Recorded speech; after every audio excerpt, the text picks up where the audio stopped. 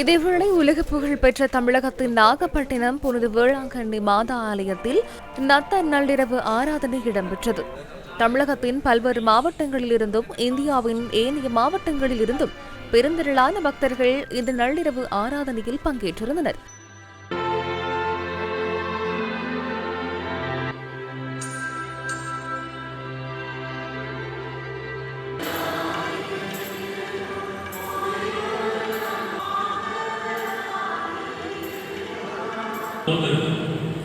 முதல் முறையாக மக்கள் தொகை கணக்கிடப்பட்டது. நத்தர் பண்டிகையை முன்னிட்டு புனித வேளாங்கண்ணி மாதா ஆலயத்தை சூழ வர்ண விளக்குகளால் அலங்கரிக்கப்பட்டிருந்த காட்சிகளை இவை.